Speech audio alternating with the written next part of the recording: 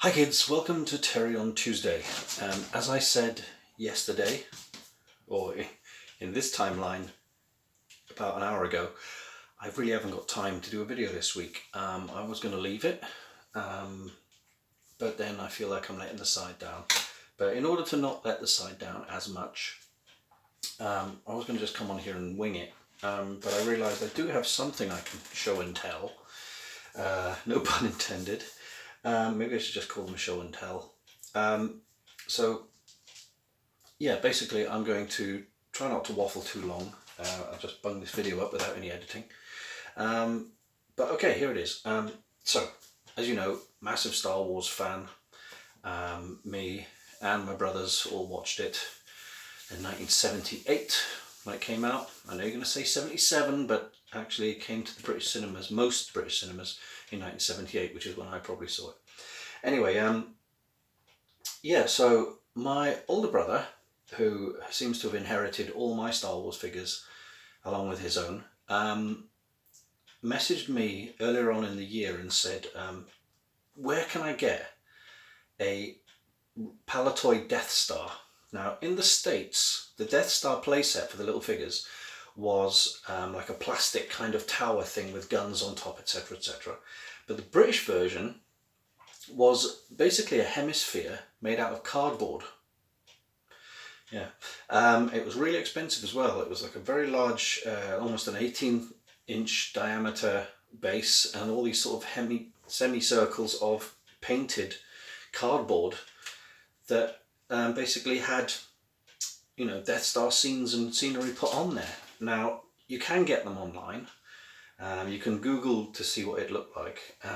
But to buy them in good condition is an absolute fortune. You can get damaged ones, you can get bits of ones, you can even get repro ones.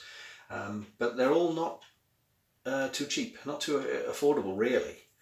I think what my brother wants to do is basically set one up with some of the figures and, you know, as a display piece. So I said, you know what, I've had a look.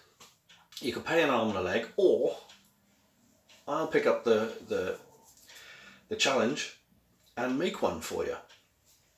Now, my brain goes, hey, how hard can it be? It's actually a lot harder than you'd expect.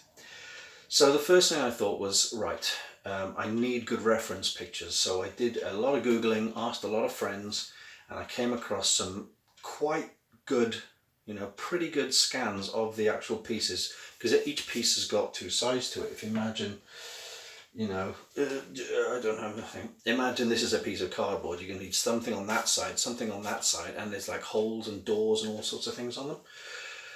So I managed to download a full set.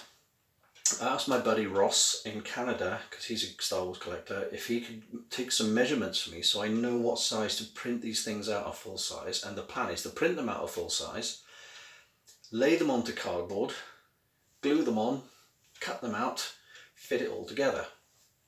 So the first thing I had to do was actually get the artwork at full size on Photoshop, sort it out, clean it up a lot, because a lot of the scans were sort of low quality and some bits were sort of had creases on them and scuffs, etc. So I basically did that, and I sent off the full lot to a printer, and these came back ages ago. I just haven't got around to this. So this is two sets of designs here. I'll show you the one. Okay, so this is the base. See that? So that's the full base of the Death Star, and there's like a little painting of a docking bay there with some troopers in, and there's the trash compactor up there with the green monster in the junk. And apart from the painted sections, such as the troopers and the hydraulics and the junk, all this has been redrawn. I've redrawn all this in Photoshop, so it looks a lot neater and tidier rather than sort of yellowy and scuffed and dirty, etc. And on each sheet I've managed to fit as many pieces as possible. So again, with these, I've redrawn most of these. That's completely redrawn, so that's the tunnel, that's completely redrawn, that's completely redrawn, that's completely redrawn. That's all completely redrawn aside from the painted bit here. I've even redrawn that. I've changed the number. There was a different number on there. I've changed that to my brother's date of birth. So that'll be a little bit of a novelty.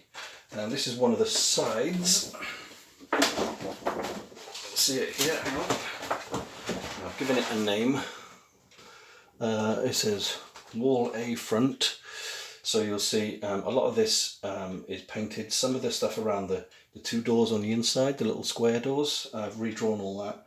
I've kept these paintings pretty much the same. I've cleaned the colour up as best I can. And yeah, I think they look pretty good. They're all supposed to be actual size, so fingers crossed they'll all work. I'll just show you another sheet. By the way, these were not cheap. These are printed on AO sheets, which are huge, good quality as well. So I thought, while I'm at it, I'll get 2 sets because I'm probably going to make one for myself, or at least if I make 2 sets of everything, at least I know one set's going to be better than the other, and that'll be the one. So here's the other sheet. I can't remember, is there 4 sheets on? 1, 2. Right, yeah, I think each Death Star has 2 sheets to it. So as again, you can see more walls, more doors, lots of painted things. You see a lot of these things. There's a hexagonal door just in the middle of the screen there in grey, which is I've covered it in grey because you need to cut through that. So I've filled in most of the doors gaps that, because you're cutting through one side, you have to come through to the other side. So basically, there's still a few scuffs visible, but I've cleaned it up as best I can and redrawn what I could.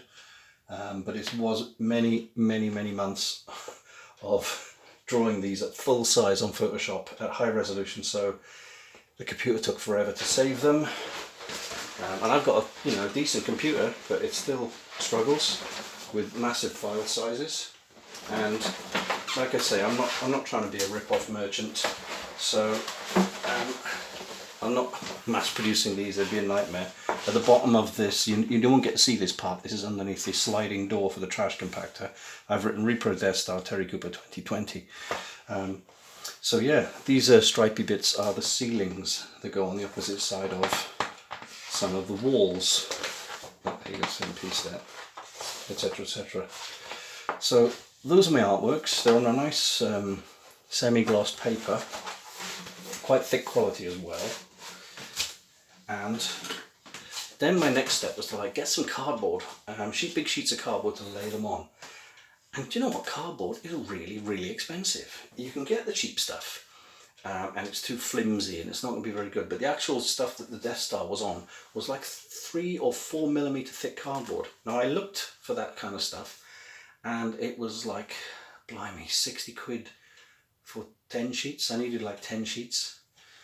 It was ridiculous. The price was going up and up, and in the end it may have been cheaper to buy a repro, for a couple of £100. So I looked around and I thought the next best thing would be plastic, sheets of plastic. So I found this stuff called Corex. This is the thin version. It's basically corrugated plastic, like corrugated cardboard. This is the stuff that came wrapped in, but Corex is the stuff you see on signs outside houses saying for sale and things like that. In fact, IKEA use it on some of their really low-end furniture. They'll have like a window in it in white Corex, and it's like white corrugated cardboard. So I got these sheets of black in sort of 4 or 5 mil thickness. Can you see that? There you go. So that's basically what it is. Be careful not to crease it that way. But these are A1 sheets, so they're half the size of the artwork. So what I'm going to do is cut the separate shapes out, glue them onto here, and I'm going to glue them on with spray adhesive. I've got that downstairs. It's basically like I can spray it nice and gently, put it down flat, and put lots of things on it until the glue properly dries.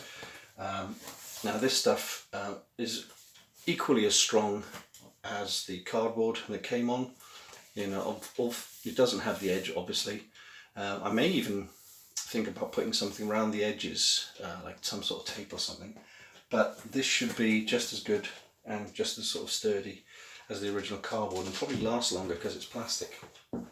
Now to connect the vertical pieces to the base, the Star Wars Death Star came with these little black clips, and you clip them into the walls. Imagine that's a wall. You'd clip them into the wall either side, and then clip them down onto the base. So I don't have the clips, but I measured them and I made these, 3D printed. One of the first things I made on my 3D printer, they've been sprayed black, so they look like black gloss.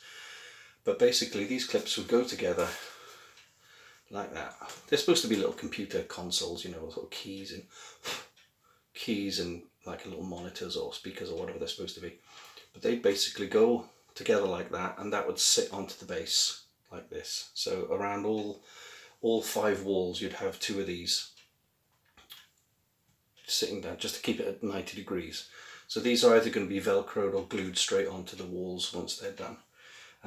Unfortunately I can't do that here right now, but I will be doing that in a future video when I've got a bit more space and a bit more time, because it's actually quite late now. It's like 9 PM and I've got other stuff that I haven't even done my today's work. I'm so stressed.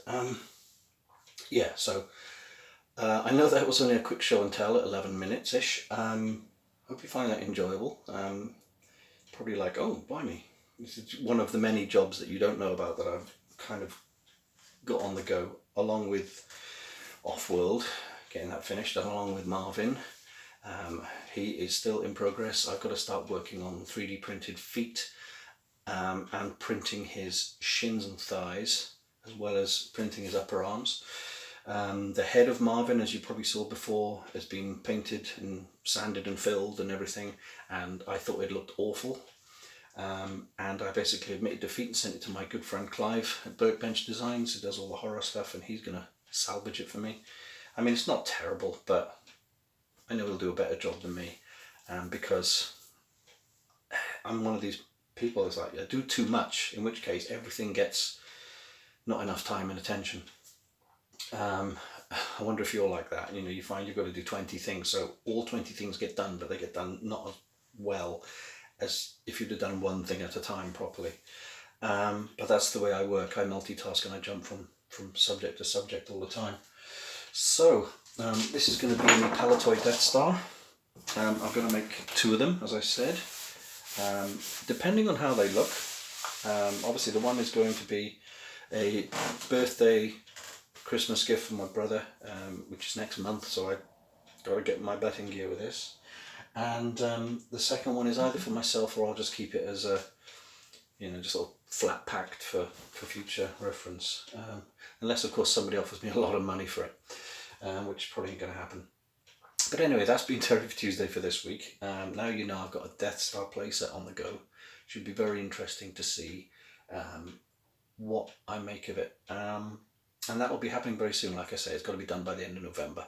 So anyway, thanks for all the support. Thanks for following the live videos every Thursday at wowthemovie.com here on Facebook, where myself and Danny are constantly working on our movie and letting you get involved with your questions, comments and suggestions. So I'll see you on Thursday for a live video with Danny, and I will see you guys here on YouTube at some point next Tuesday. Take care now, and bye bye then.